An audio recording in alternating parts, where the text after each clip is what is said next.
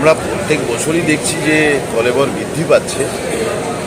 এটার কারণ হচ্ছে যে আরও বেশি করে অশোকনগরের সাধারণ যারা বাসিন্দা পল্লীবাসীবৃন্দ তাদের অংশগ্রহণে আমরা যারা কর্মকর্তা আমাদের উৎসাহ বৃদ্ধি করাচ্ছে।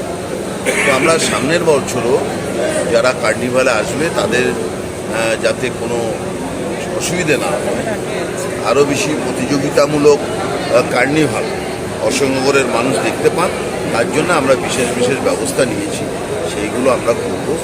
আজকে 3-6টা দুর্গাপুজো সার্বজনীন দুর্গাপুজো কমিটি আমাদের হাত থেকে তারা পুরস্কৃত হলেন, তারাও খুব ভালোভাবে করেছেন এবং ধন্যবাদ দেব আমরা আমাদের বারাসাত পুলিশ ডিস্ট্রিক্ট বা অশোকনগর পুলিশ প্রশাসন পৌরসভাকে, তারা সবাই মিলে দারুণ সার্ভিস দিয়ে নির্বিঘ্নে আমাদের এই শারদ উৎসব যেভাবে এই দুর্গাপুজোর কমিটিগুলোকে ঘোষণা করলেন তার প্রতিযোগিতা আরও বেড়ে গেল, যে পুরস্কারটা আগামী বছর দেবেন বলবেন?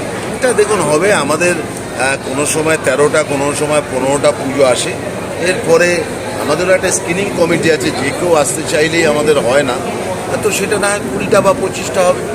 আমরা তো চাইছি যে আরও বেশি পুজো কমিটিগুলো টোটাল প্রস্তুতি সম্পন্ন করেই কার্নিভালে আসুক, যাতে করে অশোকনগরের সাধারণ মানুষের মনোরঞ্জন, এটাই তো আমাদের লক্ষ্য। সুতরাং বেশি আসলে খারাপ কি, আরও ভালো। আমাদের প্রতিবার সাজ ছিল সাবেকি, আমরা এটা এই ঐতিহ্য প্রত্যেকবারই বহাল রেখে দিয়েছি। এই ঐতিহ্যের জন্য আজ এবছর আমরা প্রথম হয়েছি প্রতিবাদে এবং সামগ্রিকভাবে আমরা দ্বিতীয় হয়েছি, এবং আপনাদের সবার সহযোগিতা আগামী দিনেও আমরা এই ধারা বজায় রেখে চলবো। নতুন কিছু করবো, কোথায় 75 ফাটিয়ে দেবো, 75 ফাটাবো, আনন্দ করবো।